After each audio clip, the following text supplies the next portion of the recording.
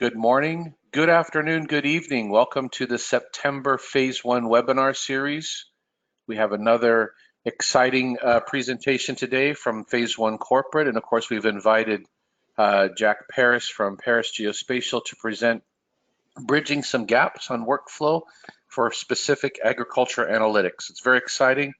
I'm looking forward to hearing it, Jack. So before we get started, at the very end, we'll have some questions that if you want to type into the chat box on the GoToWebinar. Paula Cooper will be reviewing those and then presenting them at the end of the presentation. So for now, let's get started. I'll be very brief. I know many of you have seen this presentation, the corporate presentation at least. Who is Phase One? We're a leading provider for medium format sensors. We started really as just I guess a camera company, just having camera products, but we have since grown to something much larger than just the sensor itself, but into bringing software as part of the package and the right minds to provide amazing solutions and applications as applies to aerial image acquisition, machine vision, homeland security, and many others. So it's not just a camera company anymore. This is one of my favorite slides that kind of introduces Phase One about being a trusted brand with having many, many customers, a market leader. But the last one is the most important to me. It's customer centric with an innovative team. What does that mean? Well, that means every individual customer from Phase One has an input of what's needed for our products to make it a better and a stronger product. So you as an individual or an organization or person have influence on the products that we make today. We appreciate that as well.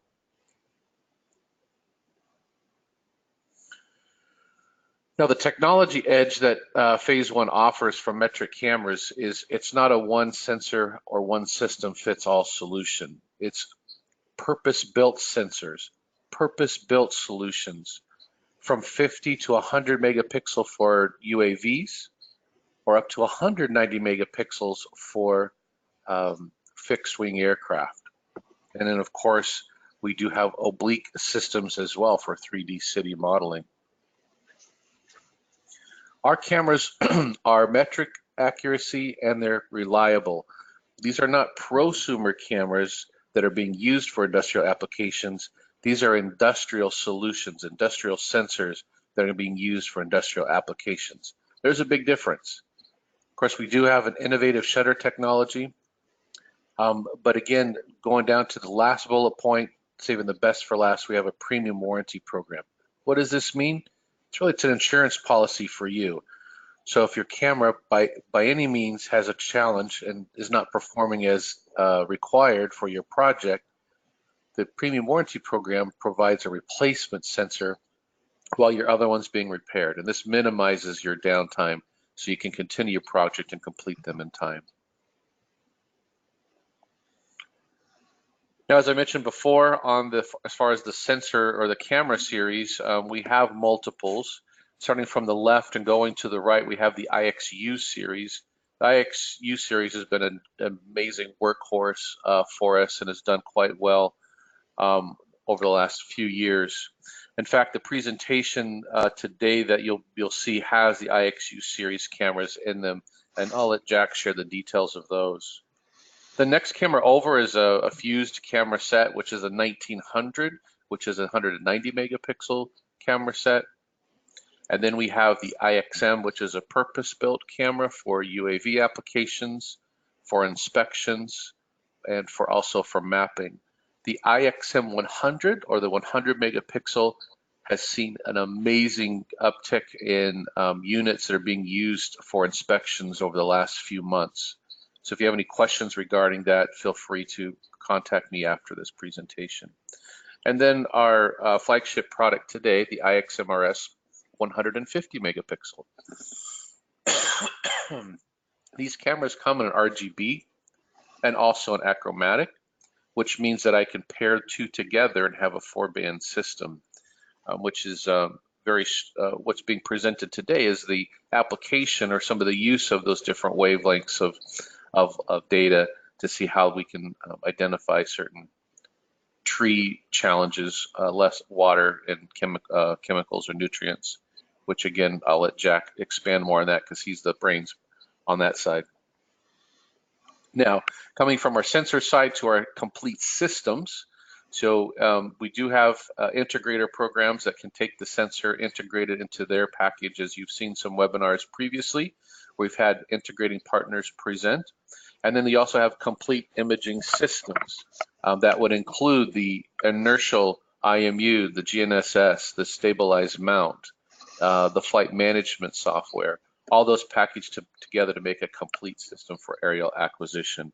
And the applications are endless, but the applications we've shown here are photogrammetry mapping and GIS, agriculture, which we're going to dive deep into today, oblique imagery, 3D modeling, and then also for LiDAR sensor enhancement as well.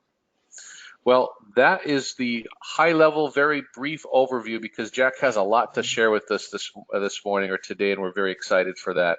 So at this point, I will turn it over to Jack Paris, and Jack will then now share his presentation on bridging processes using the Phase One imagery. You got the floor, Jack. Thank you very much, Dana. My name is Jack Paris. I'm in Clovis, California, which is right next to Fresno, California. I deal mostly with the California market, and as you said, I'll give a little bit of background. I'm going to be going through various elements of the workflow that I've been developing, which starts with the Phase One raw image files, IQ files, and eventually finds its way all the way to agricultural maps that have information useful to people like crop consultants in the very high value market of California. Go to the next slide, please. This is a bit of statistics about the California market. Since I'm here, this is a particular interest to me. If you go to the next slide, you'll see I highlight some of the items on this slide. The amount of money that California market brought in as cash receipts in 2018 was $50 billion.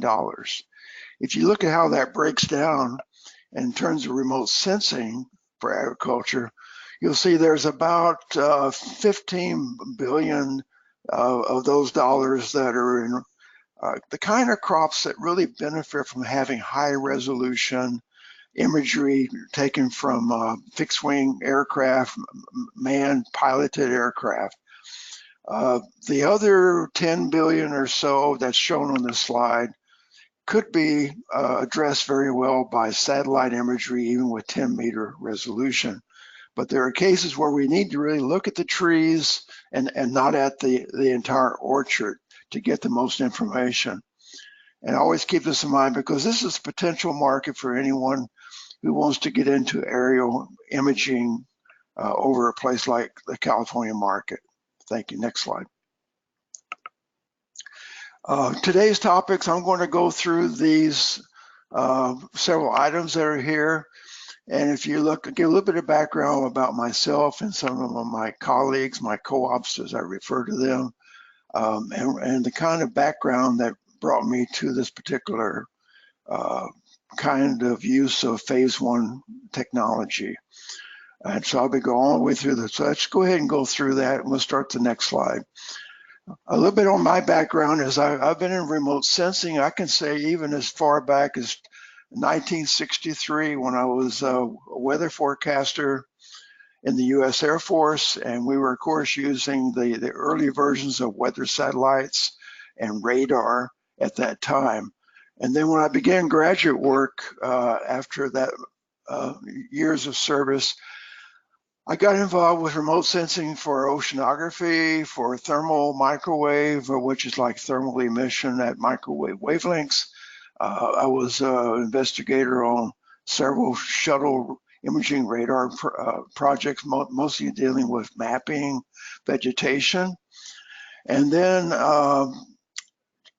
I joined Digital Globe in around 2000, 2004, where I helped develop some of the satellites, including the WorldView 2 satellite, and now the WorldView 3 satellite, high resolution systems from space. Several years ago, I got involved with drone-based systems, starting with the Trimble UX5, which has become now owned by the Dell Air company, as called the UX11. And then I also was using MicaSense cameras, which I still like, and some other manufacturers, working with a software company called Microimages, which has a product called TNT Medicine. They're helping them to develop what's called a rig camera alignment and exposure balancing process, which I'll explain a little bit. And then I got involved with some manned aircraft. These were film-based aerial mapping systems back in the 1990s. But going forward from that, I was working. So this is the kind of things I was doing. For those who might want to read more about what I've done in the past, there's a couple of items that are on the Microimages website called Facts by Jack, Scripts by Jack, that you can read there. Next slide, please. I have a number of co-ops, and I wanted to just go over those. Go to the next slide. This is what I call before this year, before 2019. These are all the folks I was involved with. I have a drone company, All Drone Solutions. CropView, mainly interested in satellite imagery applications in California. Keith Griselle, with his lineup products, was really trying to do some very high resolution weed mapping. And then ERGIS is a company in Oklahoma and Texas that have been working very closely with me for environmental mapping. Aerial Zeus is another environmental mapping company. And then on the right under software, I've been involved mostly with the Microimages software, with the SimActive software. And that's what I was doing before 2019. Next slide, please. These are the folks that I just mentioned. Let's see, I think going to the next slide. There we go. Thank you. That was it. I already mentioned them, so that's fine. I want to go just briefly over my experience with the drone cameras, because I think there's a lot of lessons to be learned from having done that as would apply to the manned aircraft. So the next slide. Here's what we do with the drone, the current process. We collect the data, as you see on the upper left, from a drone with a 5-camera rig camera system from MicaSense Red Edge, and also that's paired with a thermal camera from FLIR. That data comes into the software. The software will extract all the metadata from the various files that have been captured by those 2 cameras. I can also immediately look at the track of the drone to verify that it flew where I hoped it flew, and also look immediately at resampled, co-registered images, and I can also instruct the software to recalculate the co-registration model. And then after all that's done, the software will prepare the data automatically to be compatible with photogrammetry software like the SimActive Correlator 3D. This is a system that I'm trying to design with regard to the Phase One imagery and the manned aircraft. So it's kind of and if you look at the next slide, you'll see the result, for example, of that kind of process being successful from the drone imagery. You get very high resolution images on the order of 3 centimeter pixels from this altitude. But in many cases, you don't need this kind of resolution from an aerial system, and there's a lot of trade-offs between manned aircraft and drone imagery. You can cover small areas only with drone imagery. You have to take the data over a longer period of time, so the sun is changing. You have a lot of things happening. So let's go to the next slide. And this is but after all that kind of immediate processing is available from the drone, then we take our time, go through the photogrammetry process, and we start producing various products like you see on this slide: natural color, color infrared, special pigmentation color, vegetation vigor, and a host of other kinds of products. So go to the next slide. So now I want to talk about the manned aircraft system that I became aware of and exposed and during this year, earlier this year. Brauer Aerial Imaging is a company in Rancho Santa Fe, California, Southern California. He also has an advisor from G2 Airborne Systems, which has been very useful in setting up his hardware system and some of the software that's used during the capture of the imagery. On board his aircraft are the same system that Dana mentioned, which is the two camera system, a 100 megapixel RGB camera and another 100 megapixel achromatic, panchromatic, filtered panchromatic system that I refer to as being the near infrared camera system. We also have put onto this system a thermal camera, a couple of thermal cameras that we've been looking at. And of course, this is all supported by very accurate GPS IMU data from the Planex and other systems. So go to the next slide, you'll see some photographs of this. This is the way the system was laid out by Guillermo Gallo. We have the thermal system, the TIR system, thermal infrared, and right next to it, as part of the same system, is the PhaseOne 4-band system. For the thermal system, we're really working with a kind of a video type thermal camera. We have to have a frame grabber in the process so we can grab individual frames on command and be able to save those along with the PhaseOne raw images in a digital format.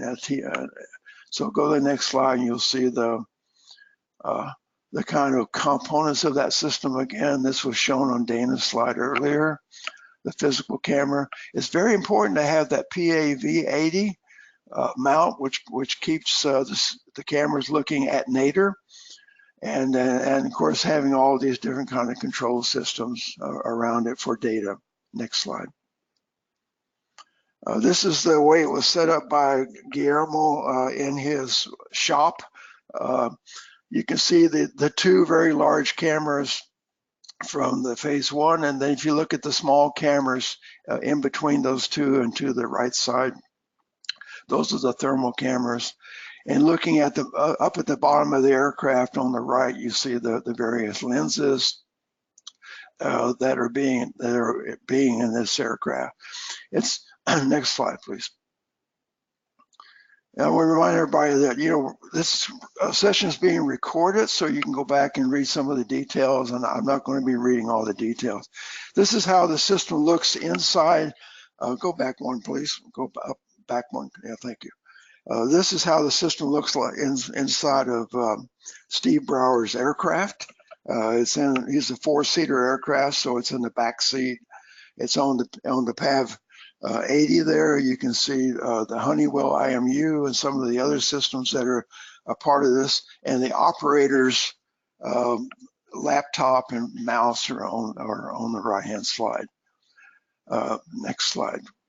And this is what the operator sees on the right, various monitors that are monitoring the images as Steve Brauer, the pilot and owner of his company, flies. And then so we can go on. Now, when I first started working with Steve and getting imagery, I've been looking for years to find good aerial imaging from a manned aircraft system. I can tell you it's not easy to find. I was really blown away by the quality of these 100 megapixel images. Steve loved to fly at 1,400 feet or 1,000 feet and get these sort of read the license plate kind of images almost. And I was just really astounded at the quality. And when I started looking at the digital files, I also saw that we had very good 16-bit depth. Of course, it's a metric camera. It has factory calibration. So all the distortions are being explained and being able to be handled by software. And it's just an excellent source for red, green, and blue imagery. And then the next slide will show the near infrared image over the same building. And the first thing I noticed, and this is one of the early images, you can see it looks a little noisy because it turns out that the aperture was a little too closed. We need to open up the aperture, lower the f-stop, so that we can get a maximum amount of reflected energy from the near infrared into the image. And so later images, we don't seem to have that noisiness. Now this is a kind of I might say atypical situation where you have both the vegetation on the trees that might be of interest and vegetation on the ground. And in order to tell the difference between those two, you really have to have a method for separating the pixels that are on the trees from the pixels that are on the ground.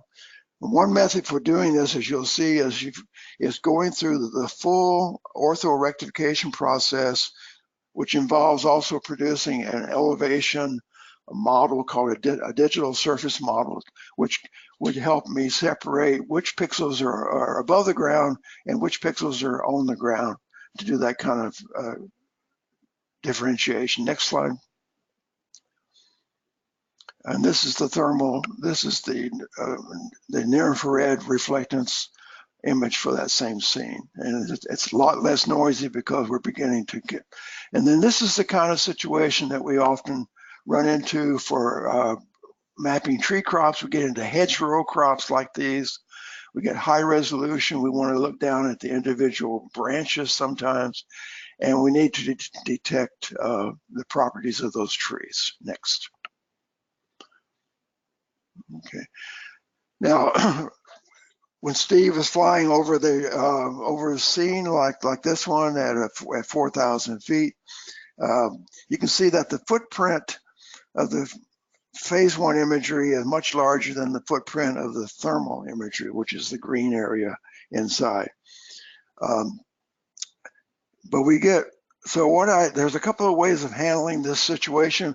One of the things I had to worry about is the particular license that I have for SimActor Correlator 3D will only allow up to 50 megapixel images as input. So one strategy is to resample the 100 megapixel image at some point so that it's a 50 megapixel image. The next slide will show another strategy, which is to simply trim off those outer pixels and sort of stay with the area that's a common area between the thermal image and the high resolution phase one images. And so in this case, all of the imagery would be at 50 megapixels or less. And we're still getting the very high resolution. Okay, next slide will show some what we call vegetation mapping image collection rules. Now, one of the things I worry about a lot is not just the spatial quality of the imagery, but also the radiometric quality.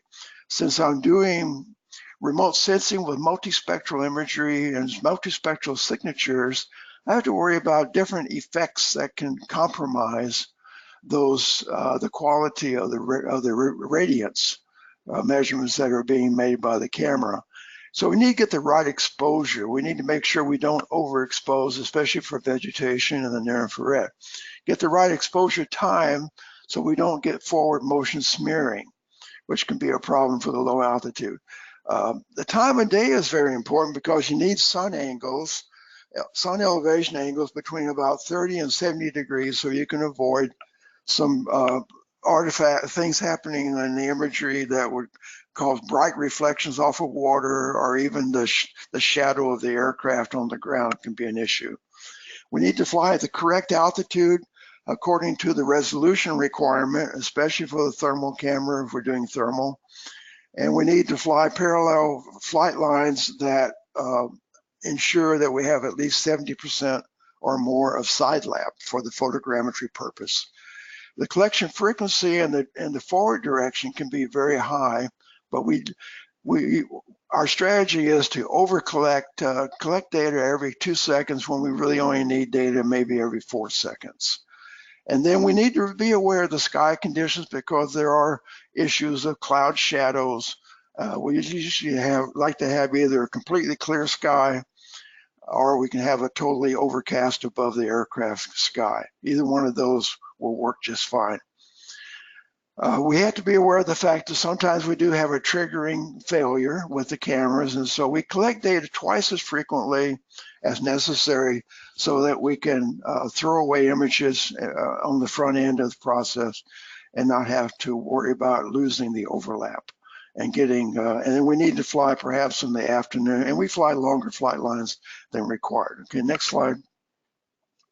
We'll move on here. So the software we're using, first of all, Phase One, the Phase One IX capture software does an excellent job, a really great job of converting the raw RGB data, which is a Bayer pattern type imagery where you have only one spectral band per pixel, into a set of 3 co-registered red light, green light, and blue light images in the form of a TIFF file. And then the achromatic camera, of course, already is already a near infrared image that doesn't have to be interpolated, but it has to be processed. And then the same software will co-register the near infrared with the RGB. And that's an important, and it does an excellent job of that. And then further along the processing chain, I use the SimActive Correlator 3D software to do all the traditional aerial photographic operations, aerial triangulation, bubble adjustments, which really figures out exactly where the airplane was and orientation. The making of a digital surface model is very important because the DSM, because we use that for the mapping of tree heights. And then an estimation of what the terrain, what the elevation is under the trees, you might say. Individual frame orthos can also be very useful, and of course making mosaics. And then I'm using microimages software to do various processes that I call bridge processes between the actions taken out by the other software. And then at the end of the process, I do information extraction using all 4 bands plus the thermal plus the DSM to go way beyond NDVI. Most people doing agricultural mapping are kind of stuck with just a 2-band map made from 2 bands called the normalized difference vegetation index. But there's much more information that can be obtained from red, green, blue, and near infrared plus thermal. So that's what we're doing. Next slide. So we start off with the customer's area of interest. On the next slide, you can see we lay out some flight lines. We won't go into that process. Again, keeping in mind those sort of image collection rules.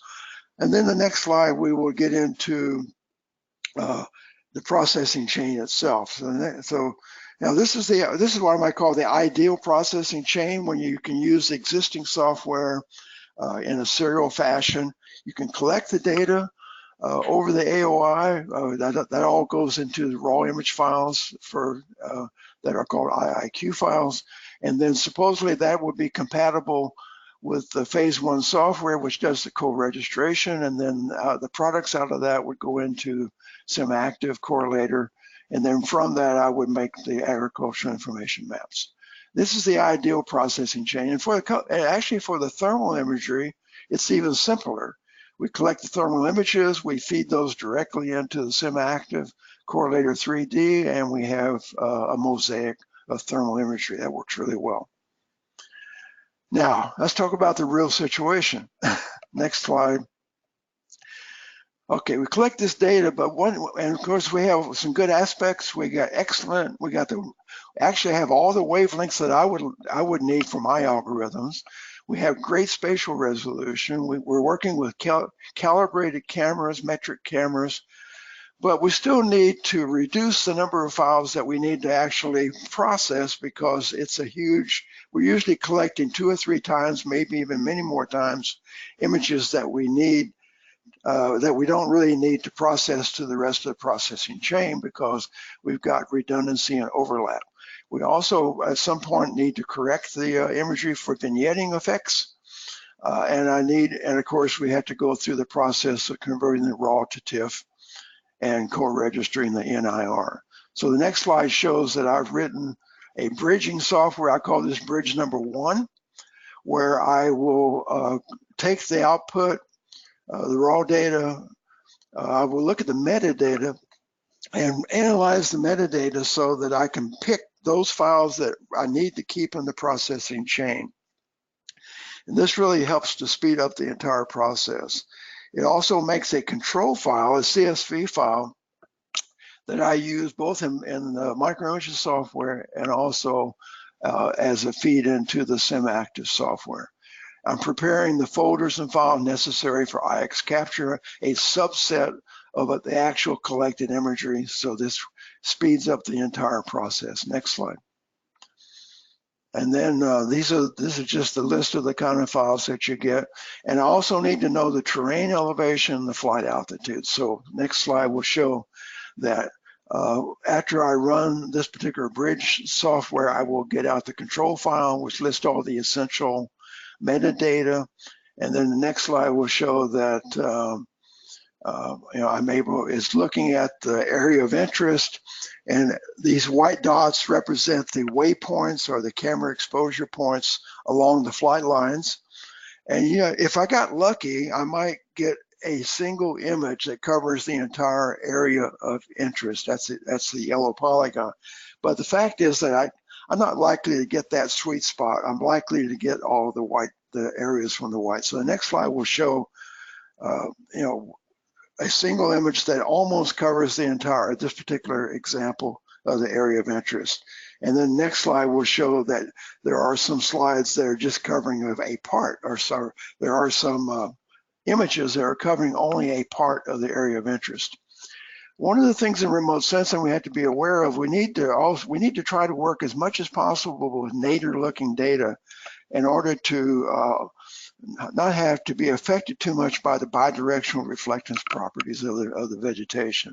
So it's good to go and throw all this through the mosaic. So we go through phase one, we run the process in phase one. Next slide will just show the setup for that. It's very simple. On the next slide.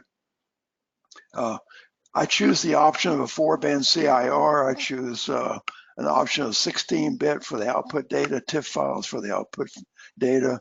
I load in these special folders that I've created with my microimages software, and it runs, the process runs automatically. Next slide will show that as it runs, you're getting a check mark under that status that you're getting successful co-registration, and it runs automatically, completely automatically until it's finished. Next slide. And then out of that comes a new set of TIFF files. There are 4 bands of RGBI. You see the name at the end of each of these. And then it sets up all of these different folders that are necessary, and the images that I want to work with are under the CIR folder. Next slide. Okay, go ahead. And then out of that, we're looking at data that needs to go to SimActive, but before that, next slide will show that I need to have another bridge software. I need to correct for vignetting effects. I need to reverse the unwanted gamma correction action that took place when you're trying to make a pretty picture, and I'm also needing to resample the images from 100 megapixels to 50 megapixels so that they are compatible with SimActive. Next slide.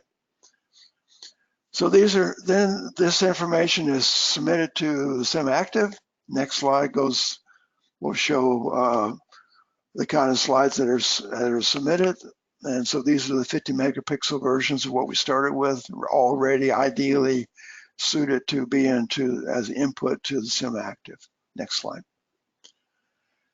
So we go through that process and we're heading toward the end of this processing chain, the agricultural map. So go to the next slide. Okay, SimActive is very much very easy to use also. You set up a project like this. Next slide. You go, you select folders, you add a folder that has the data that was being produced from my microimaging software. And then I transfer the GPS data, altitude, longitude, latitude, and to SimActive by using that control file. Next slide. And then this is the setup for the camera geometry, just the focal length and the effective pixel size due to the resampling. It's bigger than the original pixel size. And then out of that comes all of these products, individual orthos, mosaics. I have the thermal mosaic, I have the DSM, and the 4 different bands. And so I go into a process of making agricultural maps from those. So the next slide will show that. And that's what I call bridge number 3. That's the final products that are made for the customer. So go on to the next slide. These are all the products that I make now. I have an overall brightness image, which is like a panchromatic image. It's useful for soil mapping. A vegetation vigor index, which is really a soil noise-free version of NDVI in terms of its functionality. Pigmentation, which is like a second vegetation image that concentrates on the pigmentation of the vegetation and the implication of that for chlorophyll. And then from that, I can make a leaf pigmentation index, which is just the pigmentation index for vegetated pixels. Or I can make a soil brightness index for the pixels that are for non-vegetated pixels for the soil mapping. The color of the soil can also be represented by the pigmentation index.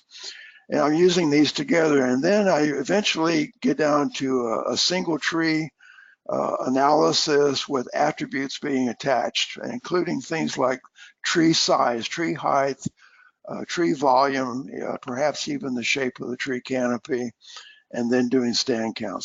So we can go on to the next slide. We're doing good here on time. A couple of examples from these processes. This is what we start with out of IX capture. There's a little bit of vignetting, darkening toward the corners. So I correct that with my microimages software on bridge number 2. So go to the next slide. That's the corrected imagery. It looks dark, but this is radiometrically valid information.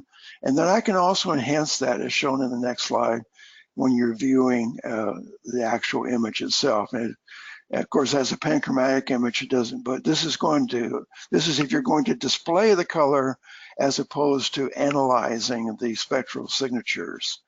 Next slide. And then the reverse gamma is just a matter of taking out this sort of power law enhancement that often is done with raw data, and which is done by IX capture. That means I'm restoring the original radiometric quality where you had essentially you are sensing radiance that is directly proportional to the reflectance of the objects on the ground. And that's really what we want to do, is we want to maintain that linear relationship. The next slide will show the effect of these corrections before and after. This is the before case. This is before I correct for vignetting, before I correct for the unwanted gamma correction effects. And after the correction, the next slide will show that we have a much cleaner looking scatter plot between the near infrared and red and other bands. So I can identify soil spectra as a reference spectra against which the vegetation spectra is being compared. And then and then go on with the products coming out of the SimActive. We get the digital surface model like this. This is the colorized version of that. I have 2 choices there, low resolution, high resolution. There's actually some advantages of each one. The low resolution works better when I'm doing an orthorectification process. The high resolution works better if I'm trying to measure the height of the trees. Next slide. And so this is the result of the orthorectification of individual orthos or mosaics. I can get a quick look against a so-called satellite image, which is a already georeferenced image, and I can see how closely I came out. Next slide. And then I can start looking at the actual product coming out. Now this is a 50 megapixel version of that 100 megapixel. I still get lots of details on individual trees and branches at this, and this is from 4,000 feet. Next slide. And then some more examples of products coming out of this. The one thing we have to worry about is the effect of this low resolution versus high resolution. This is an ortho of a vineyard.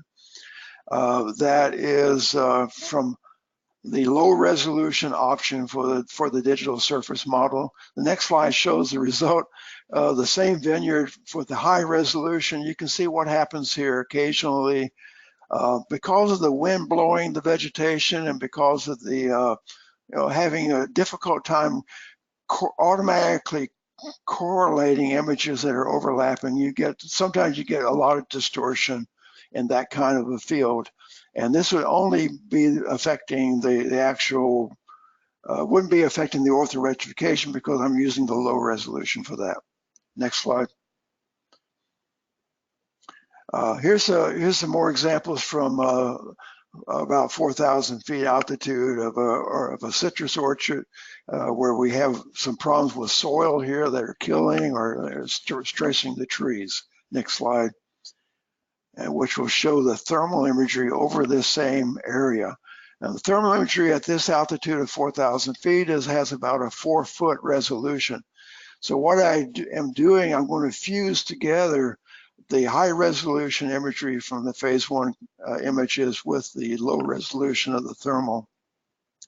And you start to get an appreciation of how you can identify the extent of a tree and pick up the thermal properties of that tree by having these co-registered overlapping images. Next slide. And then I have a series of products here. I think I'm staying on good time, Dana. Got about 3 minutes left of my presentation.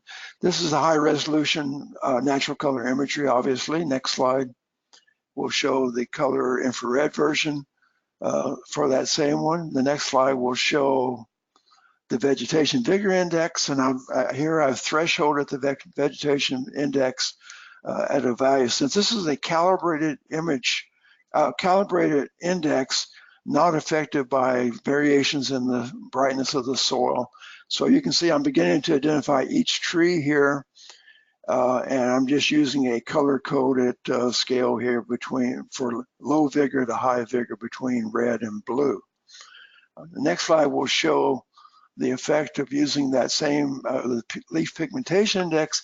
And you can see I'm beginning to see some yellowing areas in some of the trees that did not show up in the vegetation index, that would not show up in the NDVI either. And so a crop consultant would be very interested in knowing about these trees so that when they go on the ground to do soil sampling or tissue sampling, that they would know which tree to go to get the most impact from their time. If you look along that sort of canal at the top or area along the top, you see that it's fairly dense. It's on the blue end of the scale. You go to the next slide, I think, which will show the thermal data for this particular field. You can see that the vegetation along that area is really quite warm, much hotter than the trees. The trees are very cool because they're transpiring water through their leaves, and they're staying cool for that reason. And the tall trees between these two orchards are even colder because of their better access to deeper groundwater. But that vegetation along the upper left-hand corner, that must be a very dry bed that's not getting any irrigation. Even though they had a high vegetation index, they're very warm, and it's indicating that they're not getting enough water. And I think, let's see, the next slide would be the height of the trees, another property that can be useful. This is from the low resolution model for the trees. The next one will show the result of the high resolution model for the same trees. And then I want to go to the very last slide. So my summary is that I'm using the right aircraft. That's important. We have a twin engine aircraft. We don't have the oil coming back to the camera location. The cameras are inside the aircraft. We're able to do long duration flights for the wing tank with the tanks on the wing tips. We're starting with a really excellent multispectral imagery from this 4-band system. I'm not getting any crosstalk between the near infrared and the red, green, and blue. I got the correct wavelengths, even better than than I thought it would be, and I can't say much about that because it's proprietary. And I'm getting very accurate metadata so that I can do the screening ahead of time, get the positioning, orientation, and then I have all the excellent software, IX Capture, for capturing images in the first place. And then bridge number one, so that I can cut down the number of files that are necessary to be processed, saving time, storage space on the cloud, all the impacts down the processing chain. IX Capture, because does an excellent automatic job of doing the raw to TIFF conversion for the RGB, and also for co-registering the infrared with the RGB.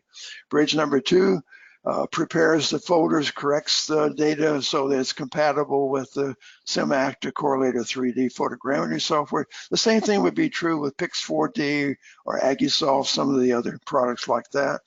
Then the correlator does its job of automatically making digital surface models, orthos, mosaics, and then my final piece of software is for making all of these products. So I'm not leaving no information behind.